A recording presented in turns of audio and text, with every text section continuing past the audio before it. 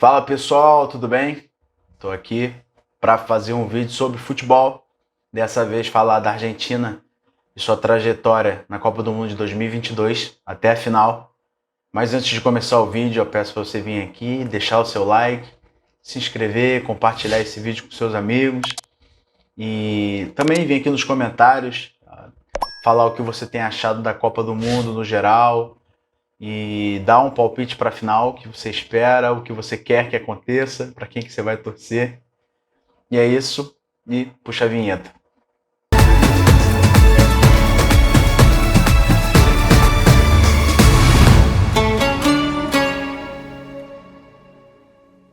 A ideia desse vídeo é eu trazer um pouco de como tem sido a trajetória da Argentina na Copa do Mundo de 2022. Mostrar um pouco do caminho até a final. E eu vou passar desde o primeiro jogo até, obviamente, a final, a semifinal e a final que vai acontecer amanhã, no domingo. A Argentina, antes de começar a Copa, ela já era vista como uma das favoritas. É claro que não a favorita sempre foi o Brasil, que é o melhor time, é o time que também, um dos times que estavam jogando há mais tempo juntos, e claro, sempre tem ótimos jogadores, mas o Brasil infelizmente ficou nas quartas de finais para a equipe da Croácia. Mas assim, a Argentina, apesar de não ser a grande, na minha opinião pelo menos, sempre esteve no bolo entre as três, entre as quatro. Para mim, inclusive, era a segunda depois do Brasil. E isso tudo não é à toa. A Argentina vinha de um bom ciclo pré-Copa, fez uma boa Copa América, foi campeão em 2022, 2021, aliás, e vinha de 28 anos sem conquistar títulos, e isso se quebrou na Copa América. A Argentina também, antes de começar a Copa, tinha 36 jogos de vencibilidade, o que era muito bom e o que só mostrava como esse trabalho do Scaloni está sólido e entendendo muito bem os tipos de jogos e os jogadores. A Albiceleste também teve algumas, como todas as seleções, tiveram algumas baixas e umas bem importantes, como Giovanni Lo Celso, que fez parte do grupo desde 2018, inclusive estava na Copa de 18, acabou ficando fora, se machucou pelo Villarreal. Também o Joaquim Correa, atacante da Inter de Milão, que também fez parte quase que do ciclo inteiro. E o Nicolás Gonzalez, que é um jogador que ganhou muito espaço ao longo desse ciclo e foi importante em alguns jogos. Lembrando aqui de cabeça contra o Paraguai, que ele fez gol. E, se não me engano, contra o Equador também, que ele foi muito bem. E nisso tudo lá no iniciozinho das eliminatórias para a Copa do Mundo de 2022. O primeiro jogo da Argentina na Copa foi contra a Arábia Saudita e foi aquele jogo que antes a gente imaginava a Argentina vai ganhar fácil a partida e não foi bem assim que aconteceu. A primeira escalação já tinha que ter uma alteração, porque o Lo Celso, que era titular no meio-campo, acabou não indo para a Copa. E por isso o Lionel Scaloni optou pelo Papu Gomes, pelo Alejandro Gomes, jogador do Sevilha, que tem características diferentes do Lo Celso. É um jogador que joga mais pelas beiradas, trazendo para dentro. O Lo Celso não, já joga mais no meio mesmo. Aí vocês estão vendo a escalação. Embora essa alternativa do Papu Gomes não tenha sido ruim, acabou que não deu tanto certo. O argentino no primeiro tempo fez um bom primeiro tempo, chegou a marcar 4 gols, mas 3 estavam impedidos e impedidos corretamente. Apenas o gol que valeu foi o de Messi de pênalti e isso abalou a seleção. Na volta do segundo tempo, a Argentina sofreu 2 gols relâmpagos da Arábia e isso complicou muito a partida. Acabou que a Argentina não teve força para empatar e virar o jogo e acabou perdendo a sua primeira partida. Vou mostrar um pouco de como foi a saída de bola da Argentina. A Argentina ela sofreu muito com a boa marcação da Arábia e a Arábia fez o que outra equipe não conseguiu fazer ainda, que foi deixar o Messi fora da área, longe do seu gol. E isso mexeu muito com a Argentina e, obviamente, deixar um cara dessa importância longe da sua área é muito bom para a sua defesa.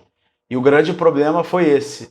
E isso, a saída de bola ficou comprometida, o que não conseguiu fazer com que a Argentina tivesse essa progressão, e a Argentina acabou perdendo o jogo, não tendo forças. Aí a gente já entra no segundo jogo, que foi contra o México. Devido ao primeiro jogo ruim, de modo geral, Scaloni já fez 5 mudanças já, que foram bem importantes. Você está vendo aí pela escalação, as 5 mudanças foram a entrada do Montiel, do Lisandro Martinez, o Acunha, o Guido Rodrigues e o McAllister. Saíram Molina, Romero, Tagliafico, Paredes e Papo Gomes. O que a gente pode ver é que o time ficou mais leve, o time jogou melhor, teve mais a bola, e isso a gente vai falar um pouco mais para frente, que é o que a Argentina vinha fazendo antes da Copa. A circulação da bola mudou, mas ainda não era o que vinha sendo, até porque a peça que ajudava muito nisso estava fora da Copa. Mas assim, na partida como geral, o Messi resolveu, até que não fez uma partida tão boa, mas de um chute fora da área ele conseguiu fazer 1-0, e depois o Enzo Fernandes, que a gente vai falar um pouco mais dele daqui a pouco, entrou nessa partida de maneira muito boa, fez um golaço e ajudou a Argentina a conquistar os 3 pontos fundamentais para a passagem para as oitavas de finais. Agora sim, no jogo contra a Polônia, a Argentina vinha por tudo ou nada, porque precisava de ganhar, principalmente ganhar ou empatar, mas aí ia ter que torcer por outros resultados.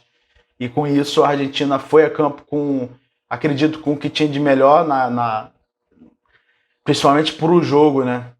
E destaque para o Julián Álvares, que acabou entrando, e o Enzo Fernandes e o Molina. Vocês estão vendo aí pela escalação, esses 3 jogadores ganharam oportunidade, o Julián no lugar do Lautaro, que vinha fazendo uma péssima Copa, o Enzo Fernandes entrou de vez, e o Molina entrou no lugar do Montiel, que havia jogado o último jogo. E foi esse um dos melhores jogos até aqui da Copa do Mundo da Argentina. Foi uma equipe bastante sólida, teve o controle do jogo, e isso muito pelo esquema e pelas mudanças que o Scaloni fez. A Argentina passou a ter maior controle do jogo e ter jogadores circulando no meio de campo, coisa que acontecia muito com o Lo Celso, Depou e o Paredes. Só que dessa vez com Enzo Fernandes, McAllister e Depou. O tripé no meio, como vocês veem na foto, é bem visível, né? Os jogadores ficam compactos e se entendem muito por dentro. O volante central mais solto, com Enzo Fernandes, e melhora a saída e a mobilidade também da equipe, já que ele também chegou ao ataque.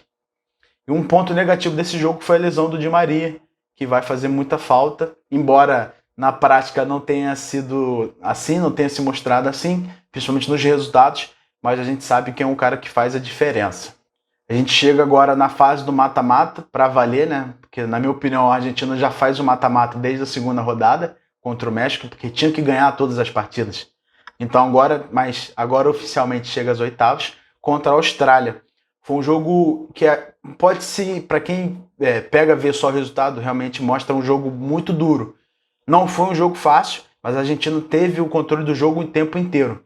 Acabou fazendo 2-0, fez um gol com o Messi, e a gente vê pela escalação que não mudou muita coisa.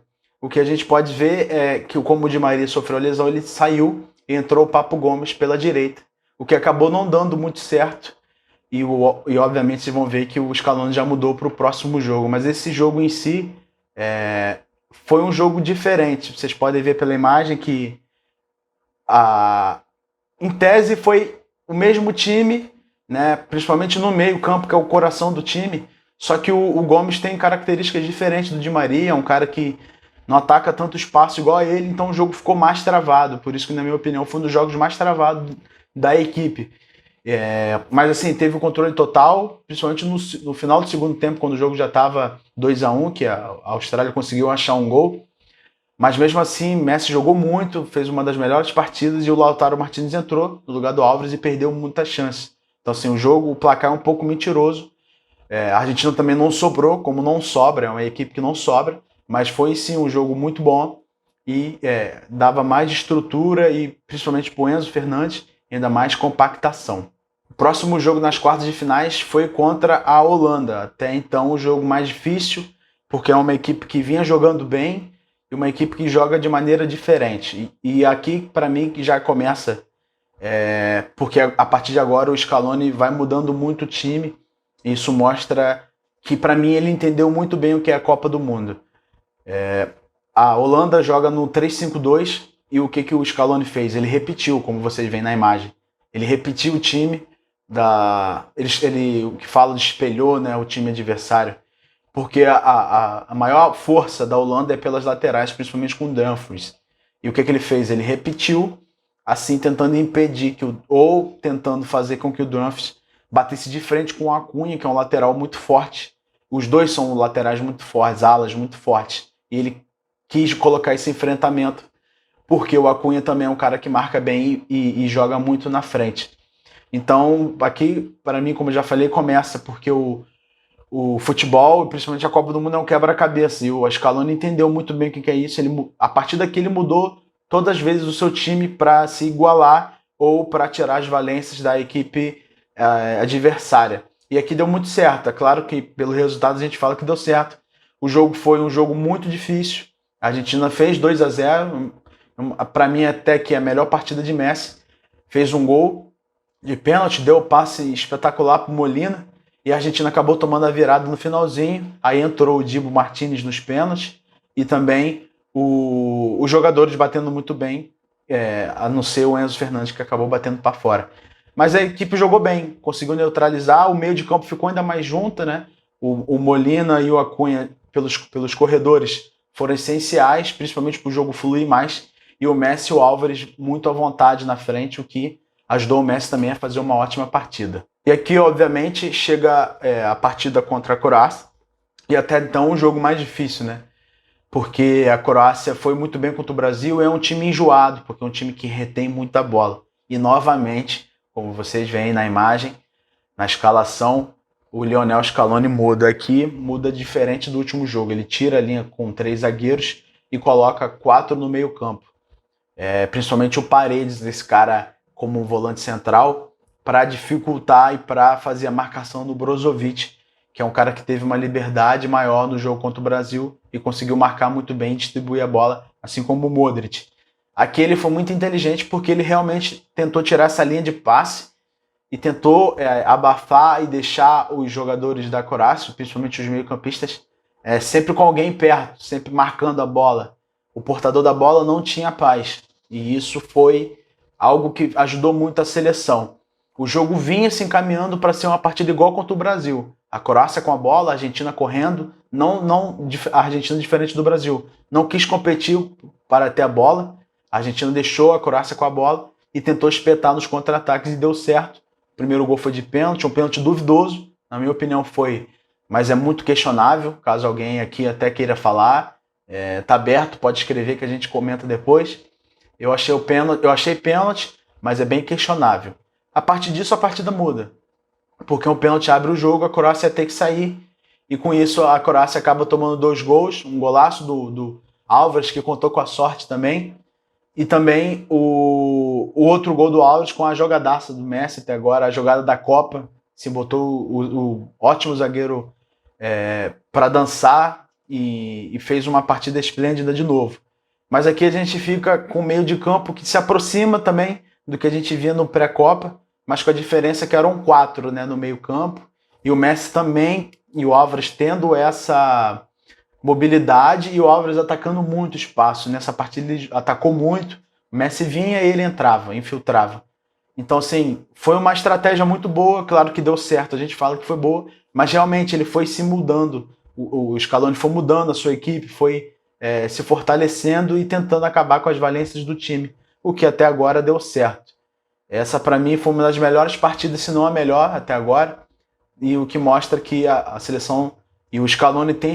Agora, sobre a final, é difícil falar, né? O favorito, é difícil dizer quem vai ganhar. Eu acho que é um jogo muito duro. Eu acho... Primeiro, a gente não sabe nem como é que o Scaloni vai entrar, porque ele pode entrar com essas 3 opções que a gente falou aqui. Pode entrar com uma linha de 3 zagueiros. Eu acho que é o menos provável. Pode entrar com os 4 no meio de campo, eu acho que é o mais provável. E pode voltar com o Di Maria e fazer um 4-3-3, que eu também acho provável, porque o Di Maria é um cara que cresce em decisões. Mas isso tudo a gente vai saber só amanhã, porque o Scaloni não libera o time antes. E assim, vai ser uma partida muito boa. A França é um um time muito veloz, um time muito matreiro de Copa do Mundo, né? Tem um ataque fenomenal, o Griezmann fazendo uma Copa imensa como sempre, o Mbappé um dos melhores da Copa junto com o Messi, 5 gols, o Giroud fazendo o que ele não fez na Copa passada, que são gols, já tem 4 na competição. Inclusive o Giroud tem 4 gols e o Mbappé tem 5 gols. Pela França, o Messi tem 5 gols e o Álvares tem 4 gols, o que mostra assim, um certo equilíbrio. Então vai ser uma final muito boa, né? A final promete, eu particularmente estou bem ansioso para assistir e vamos ver que vença o melhor. E obviamente estou torcendo pela Argentina, pelo futebol sul-americano, mas obviamente não tem, na minha opinião, não tem favorito. Eu acho que é muito duro e vamos ver, tá bom? Espero que vocês tenham gostado do vídeo, dessa análise. Curta ainda, se você não curtiu, compartilha, comenta, manda para seus amigos. É isso, abraço.